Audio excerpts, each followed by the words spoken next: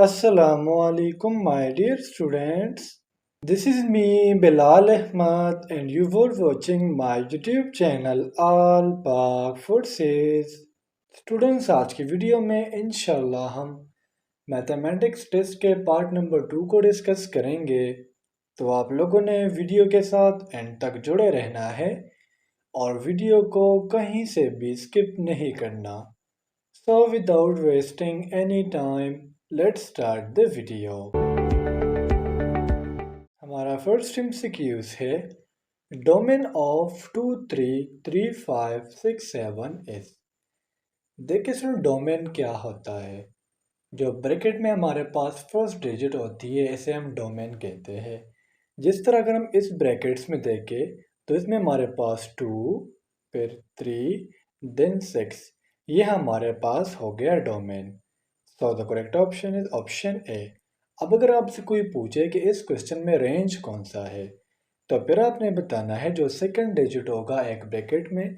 जिस तरह यहाँ पर है 3 देन 5 देन 7, तो ये हमारे पास इस क्वेश्चन का हो गया रेंज।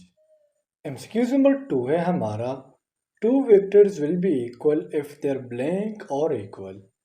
स्टूडेंट्स, वेक्टर का नाम तो आपने फिजिक्स में सुना होगा जिसमें डायरेक्शन और मैग्नीट्यूड दोनों गिवन होते हैं। तो दो वेक्टर्स तब इक्वल होंगे जब इनकी लेंथ और डायरेक्शन दोनों इक्वल होंगी। So the correct option is option C, mean length and direction both are required. जिस तरह अगर मैं कहूँ कि हमारे पास एक वेक्टर है और ये हमारे पास दूसरा वेक्टर है, ठीक है, तो ये जो इनका हेड है ये डायरेक्शन को शो कर रहा है, जबकि जो बकाया इसकी जो टेल है ये इसके लेंथ को शो कर रहा है। तो दो वेक्टर्स तब इक्वल होंगे जब इसकी लेंथ और डायरेक्शन दोनों सेम होंगे। एक्सक्यूज नंबर 3 है हमारा if sum of the angles is 90 then it is called. यानी स्टूडेंट्स, इस एमसीक्यूज का मतलब ये है कि जब हम दो एंगल्स को आपस में ऐड करें और इसके एडिशन से हमारे पास जो एंगल बने वो 90 हो तो इस एंगल को हम क्या नाम देते हैं। So the correct option is option C, mean complementary angle. Let's suppose students, ये हमारे पास क्या है, एंगल्स है, ठीक है। अब ये एंगल हमारे पास हो गया 30 डिग्री का और बकाया जो एंगल है वो हमारे पास हो गया 60 डिग्री का। तो ये हमारे पास क्या है, एक कॉम्प्लीमेंट्री एंगल है। इस तरह 45 और 45 भी हो सकता है। यानी जब हम दो एंगल्स को आपस में ऐड करेंगे उसके सम से हमारे पास 90 आएगा, तो ऐसे एंगल को हम कॉम्प्लीमेंट्री एंगल कहेंगे। जबकि सप्लीमेंट्री एंगल वो एंगल होता है जब हम दो एंगल्स को आपस में ऐड करें और उसकी एडिशन से हमारे पास 180 आ जाए, तो फिर इसे हम नाम देंगे सप्लीमेंट्री एंगल का। जिस तरह अगर मैं आपके लिए ड्रॉ करूँ तो मैं कहूँ ये हमारे पास एक एंगल है। ऊपर वाला एंगल हमारे पास 120 डिग्री का है, जबकि नीचे वाला एंगल हमारे पास 60 डिग्री का है। जब हम इन दोनों को ऐड करेंगे तो इससे हमारे पास क्या आएगा, 180 आएगा और इसे हम नाम देंगे सप्लीमेंट्री एंगल का। स्टूडेंट्स, एंगल पर आपने लाजमी सी कोशिश करनी है। प्रीवियस वीडियो पर भी हमने काफ़ी एंगल्स को डिस्कस किया है। एंगल्स के एमसीक्यूज हर टेस्ट में रिपीट होते हैं। एक्सक्यूज नंबर 4 है हमारा if set X has n elements then P n to X is equal to. Students, ये एमसीक्यूज में आपको सिंपली सा समझाना चाहूँगा, एग्जांपल दूंगा तब आपको समझ आ जाएगा। पहले तो मैं आपको इसका करेक्ट ऑप्शन बता देता हूँ। इसका जो करेक्ट ऑप्शन है वो है ऑप्शन बी, 2 की पावर n। अब n जो है ये हमारे पास एलिमेंट्स को शो कर रहा है, ठीक है। n किस चीज़ के बराबर होगा, n बराबर होगा एलिमेंट्स का। अगर मैं कहूँ कि हमारे पास ए एक सेट है और इसमें हमारे पास कुछ डिजिट्स है 1 2 और 3, और हमें कहे कि इसका पावर सेट आपने मालूम करना है, तो हम क्या करेंगे, मैंने क्या कहा था, अब इस सेट में कितने एलिमेंट्स है, 3, तो n हमारा बराबर हो गया 3 का। और p इंटू एक्स का फार्मूला क्या है, 2 की पावर n। तो हमारे पास 3 एलिमेंट्स है, 2 अपनी जगह आ जाएगा और एलिमेंट्स कितने हैं, तो वो होंगे 3। अब 2 को हमने 3 दफ़ा मल्टीप्लाई करना है, 2 मल्टीप्लाई 2 मल्टीप्लाई 2, 2 2 ज़ार 4, 4 2 ज़ार 8। तो हमारे पास अगर एक सीरीज़ में हमें 3 डिजिट्स दी गई है और उसका हमने पावर सेट मालूम करना हो तो वो 8 आएगा। क्वेश्चन नंबर 5 है हमारा pi radian is equal to. Pi radian हमारे पास 180 के बराबर होता है। So the correct option is option B. Let suppose मैंने आपको एक सर्कल ड्रॉ करके दिया। एक सर्कल में हमारे पास टोटल जो डिग्री होते हैं वो होता है 360 डिग्री, और एक पाई रेडियन कितने के बराबर होता है, वो बराबर होता है 180 का। क्वेश्चन नंबर 6 है हमारा n इज इक्वल टू 0 1 2 3 इस कार्ड। यानी अगर हमें एक सीरीज दिया गया हो और वो स्टार्ट हो रहा ज़ीरो से और अप टू जितने भी डिजिट्स थे वो आप काउंट कर लो, ठीक है। लेकिन उसका स्टार्ट हो रहा ज़ीरो से, तो ऐसे मैट्रिक्स को हम क्या नाम देंगे, ऐसे सेट को हम क्या नाम देंगे। So the correct option is option B, mean whole set. जबकि स्टूडेंट्स अगर हम नेचुरल सेट की बात करें तो नेचुरल सेट हमारे पास एक ऐसा सेट होता है जो स्टार्ट होता है वन से। यानी अगर आप इस सेट में से ज़ीरो को हटा लो तो फिर इसे हम नाम देंगे नेचुरल सेट का। लेट सपोज मैंने कहा कि 1 2 3 4 एंड सो ऑन, तो ये हमारे पास क्या होगा, ये एक नेचुरल सेट होगा। जबकि अगर हम प्राइम सेट की बात करें तो सुनो, प्राइम सेट हमारे पास एक ऐसा सेट होता है। लेट्स सपोज मैंने कहा कि ए हमारे पास है 1 3 5 7 11, इस तरह 13। तो प्राइम सेट हम ऐसे सेट को कहते हैं जिसमें जो डिजिट्स हमें दी गई है वो सिर्फ अपने आप पर डिवाइड हो सके, ठीक है। अब वन को तो हम किसी और पर डिवाइड नहीं कर सकते, पूरा का पूरा सिर्फ वन पर डिवाइड होगा। इस तरह अगर थ्री की बात करें तो थ्री सिर्फ अपने आप पर डिवाइड होता है। क्वेश्चन नंबर 7 है हमारा A plus B square minus 2ab is equal to. Students अगर हम इस फॉर्मूले को खोल लेते हैं, फार्मूला हमारे पास कुछ यूँ बनता है A square plus B square plus 2ab minus 2ab। तो स्टूडेंट्स ये प्लस है ये माइनस है, ये आपस में कट हो जाएंगे और हमारा आंसर आएगा A square plus B square. So the correct option is option ए।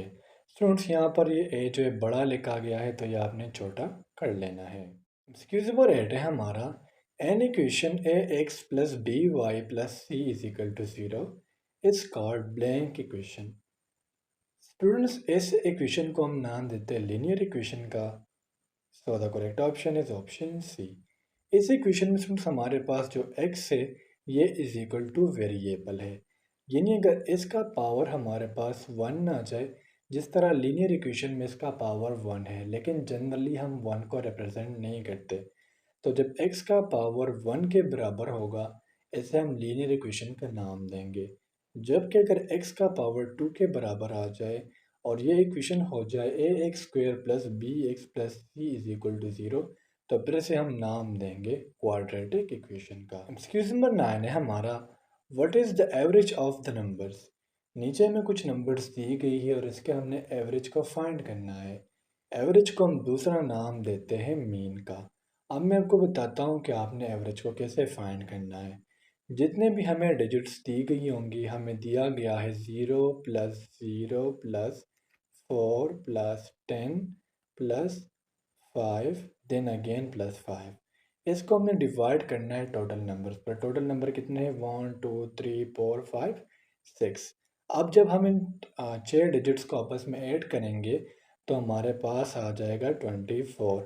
24 को जब हमने 6 पर डिवाइड किया तो हमारा आंसर आ जाएगा 4।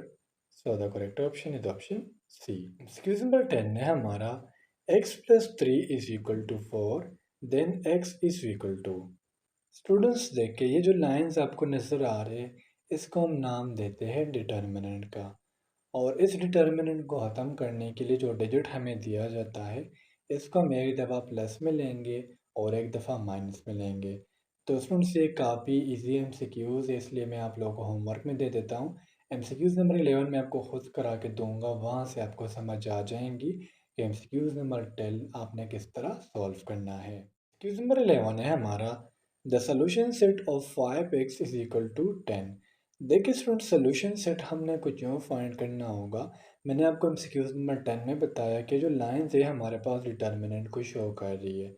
तो अब ये जो 5 है इसको हम एक दफ़ा माइनस में लेंगे और एक दफ़ा प्लस में लेंगे। तो यहाँ पर ये x के साथ किस चीज़ में है, मल्टीप्लिकेशन में है।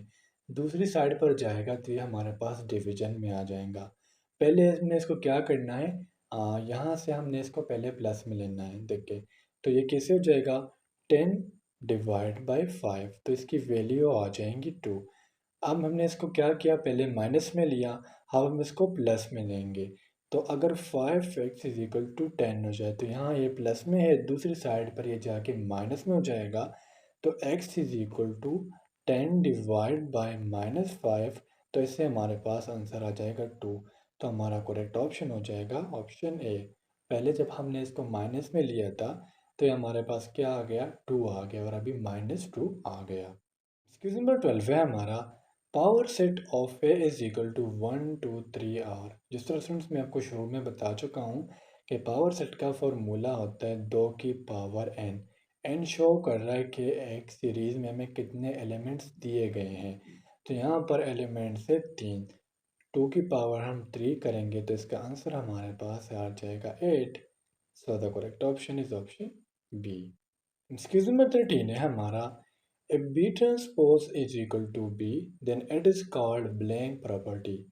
सुन, जो B के ऊपर आपको छोटा सा T नज़र आ रहा है, ये ट्रांसपोज को शो कर रहा है। लेट सपोज मैंने कहा कि हमें एक सेट दिया गया है जिसमें हमें नंबर्स दिए गए हैं 2 3 6, देन 3 4 6, देन 6 5 9। स्टूडेंट्स अगर हम एलिमेंट्स की ट्रांसपोज ले, ट्रांसपोज हम किस तरह लेते हैं कि जो रो है इनको हम कॉलम्स में चेंज करें और इससे दोबारा हमारे पास ये बी वाला सेट आए, तो फिर इसे हम नाम देते हैं कि हमारे पास एक सिमेट्रिक प्रॉपर्टी है। So the correct option is option B. Students आप अपने पास ये एग्जांपल नोट कर लो, अब इसका ट्रांसपोज लेके मैं आपको दिखाता हूँ कि हमारे पास सिमेट्रिक है या नहीं। अब देखिए, अगर 2 3 6 को हम कॉलम में चेंज करें, ठीक है, लेट्स सपोज मैंने कहा 2 3 6 से पहले रो में दिया गया था, देन उसके बाद था 3 4 6, 3 4 6, देन अगेन क्या हो जाएगा 6 6 9।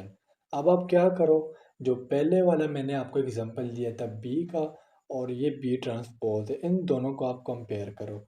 अगर ये रोज उस रोज के साथ मैच कर रही है तो ये हमारे पास एक सिमेट्रिक मैट्रिक्स है, और अगर ये रो उस रो के साथ मैच नहीं कर रही तो फिर ये हमारे पास क्यू सिमेट्रिक मैट्रिक्स होता है। एक्सक्यूज नंबर 14 है हमारा, if the set contain only one element then it is called. Let suppose मैंने कहा कि हमारे पास एक सेट है और इसमें हमारे पास सिर्फ एक एलिमेंट है, ये 1 भी हो सकता है, 100 भी हो सकता है, 10 भी हो सकता है, तो फिर इसे हम नाम देते हैं सिंगलटन सेट का। So the correct option is option C. Empty set वो सेट होता है, लेट सपोज मैंने कहा कि हमारे पास एक सेट है और इसमें कोई भी डिजिट नहीं है, कोई भी एलिमेंट नहीं है, तो ये फिर हमारे पास एम्प्टी सेट कहलाता है। नंबर 15 है हमारा, range of 6 7 8 9 9 10 is. Students MCQs number first में समझा चुका हूँ कि रेंज हमारे पास सेकंड डिजिट होता है, जिस तरह 7 9 एंड 10, तो रेंज हमारे पास हो जाएगा 7 9 10। अगर डोमेन की बात करें तो डोमेन हमारे पास हो जाएगा 6 8 एंड 9। सो हमारा जो करेक्ट ऑप्शन है वो है ऑप्शन डी, मीन 7 9 10। तो स्टूडेंट्स ये थे आज के हमारे मैथमेटिक्स के एमसीक्यूज़। उम्मीद करता हूँ आपको तमाम एमसीक्यूज़ क्लियर हुए होंगे, और अगर फिर भी आप लोगों को कोई कन्फ्यूजन हो, कोई डाउट हो, तो आप लोग मुझसे कमेंट सेक्शन में पूछ सकते हो। इंशाल्लाह अगले वीडियो में मिलते हैं, तब तक के लिए मुझे इजाज़त दीजिए। मुझे अपने दुआओं में याद रखिए। अल्लाह हाफिज़।